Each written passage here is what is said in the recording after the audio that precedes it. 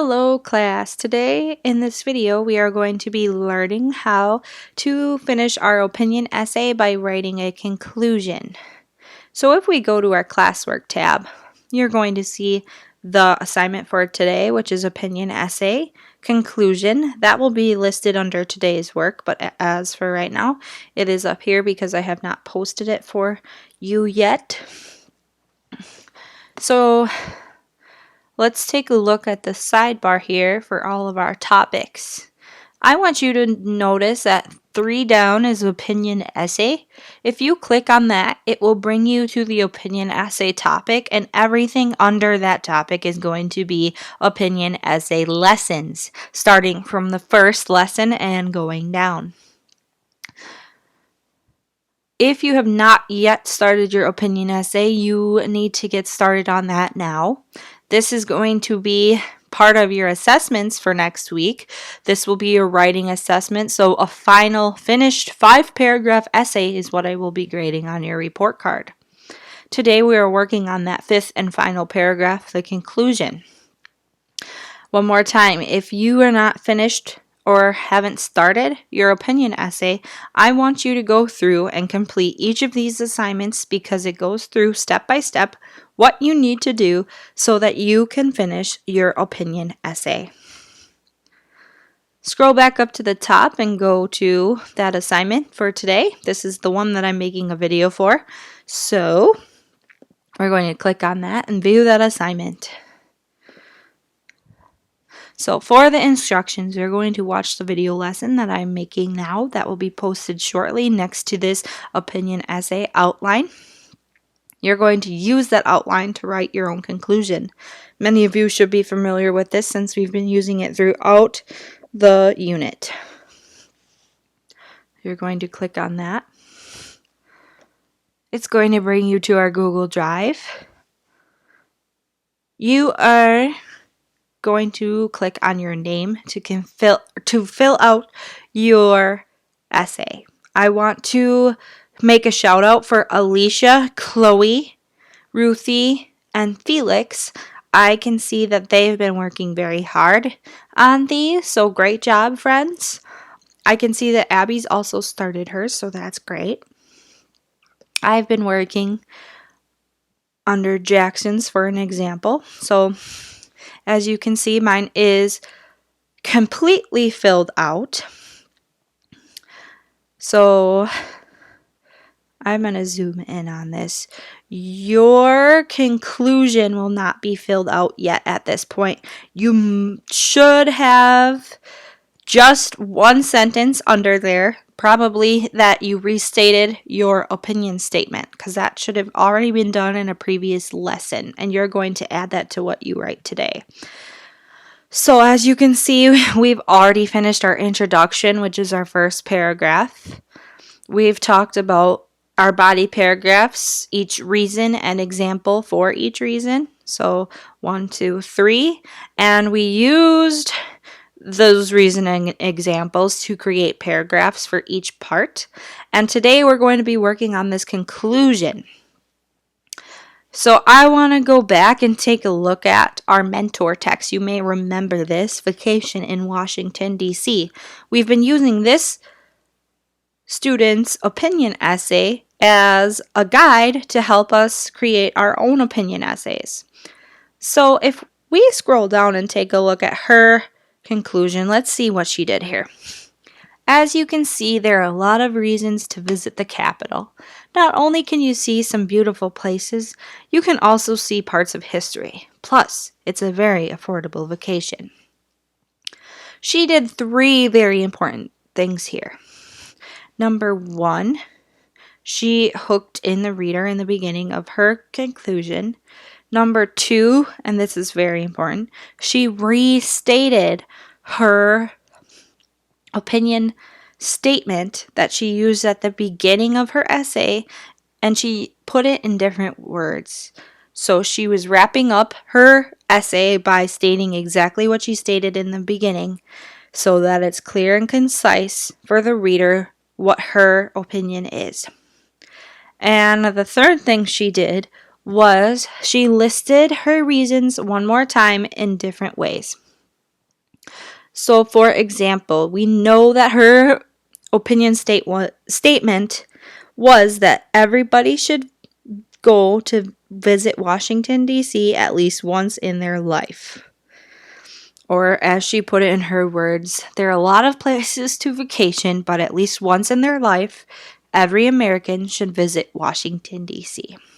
Let's take a look if she included that in her conclusion. She wrote, "As you can see, there are a lot of reasons to visit the Capitol." As you can see, there are a lot of reasons to visit the Capitol. So she did state that there are reasons to visit Washington, D.C., because the capital is Washington, D.C. So she stated that in different words. Now let's see if she used all three reasons in her conclusion. Her first reason to visit was because it's full of history. The second is because it's beautiful. And the third is because it's affordable. Not only can you see some beautiful places, you can also see parts of history. There's reasons 1 and 2. Plus, it's a very affordable vacation. There's reason 3. So, once again, important things you need to include are you need to restate that opinion statement that you used in the beginning of your paper with different words. You're going to put it in different writing. You're not going to say the same thing because that would be kind of boring for the reader. You want to make sure that you use some different words or change the wording a little bit so it's just a little bit different. You don't want to change it completely because that would not make sense.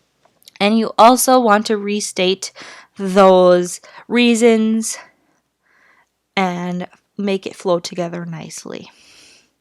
So if we go back to our graphic organizer, I want you to know I wrote my conclusion ahead of time on paper and then I transferred it over to this document.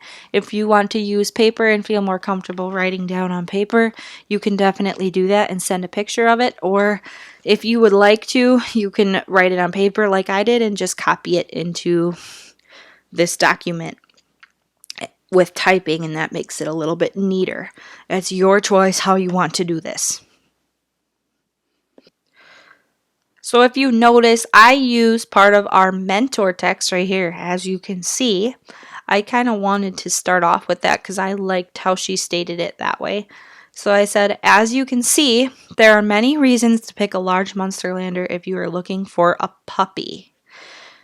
In the beginning of my essay, I said, are you looking for a new puppy? If you're looking for a loyal companion and natural hunter, a large Munsterlander may be the right breed for you. So I'm kind of using that same wording, but a little different, and it's still the same opinion. I am telling the reader that I think large Munsterlander puppies are the best.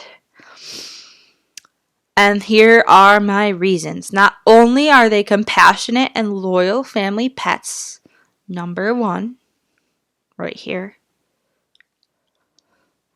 they are fantastic hunters and can be trained very easily. Here's number 2, they are fantastic hunters. Notice I didn't use the exact wording that I used. If you want to, you can. For this one, I had a lot of information here, so I just decided to say they're fantastic hunters, which sums up that they can hunt all of these different species. And my second paragraph was all about them hunting, so that is what I put in there. And then reason 3, they're easily trainable, so I put that right in there.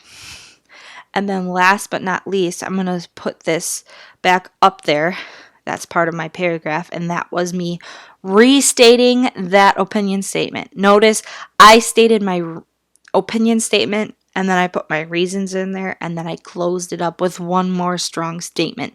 If you want to do it that way, you can. Otherwise, you can do it like the mentor author, and you can just write your opinion statement and then your 3 reasons and end it there. But I think it's a little more strong if you kind of sandwich that together. So my conclusion is, as you can see, there are many reasons to pick a large Munsterlander if you are looking for a puppy. Not only are they compassionate and loyal family pets, they are fantastic hunters and can be trained very easily. Large Munsterlanders are by far the greatest hunting companion if you want a dog that will love your family and love hunting with you. So hopefully that conclusion will sum up my writing and let the reader know my opinion. And I think it's very clear here that I love large Munsterlanders. Also, an update on my puppy. It was born last Monday, so they're a little over a week old now, and they're very cute, and I'll try to post pictures of that soon. Anyways, back to this assignment. Once you are finished with those things, and I need to zoom out.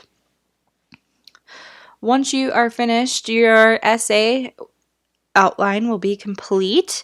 I want you to go back to that assignment. Let's see here. I'm going to do it from a student view because it looks different on my end. You're going to go to that assignment, view assignment, and when you're finished with that opinion essay outline, you're finished with all of your paragraphs, I want you, and this one was already submitted, but it shouldn't be, I want you to press mark as done. You do not need to add or create, because once you add that document on, I realize that it takes away your editing, which reminds me that if you cannot edit this at first, when you click on it, there will be a tab that comes up that will say request access. Please click on that request access. It will send me an email, and as soon as I get that email, I will let you get access so you can type in there, because that's very important.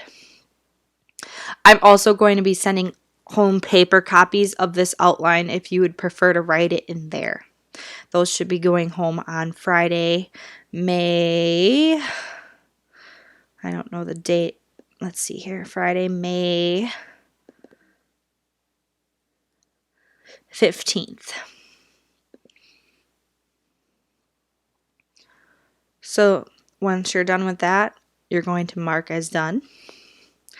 And I can see that you're done, and I'll go double check. I'll look in that folder. I'll look under your name. Just like I can see here that the students who have been working on it, I can see their work, and I will click on that and make sure you're finished.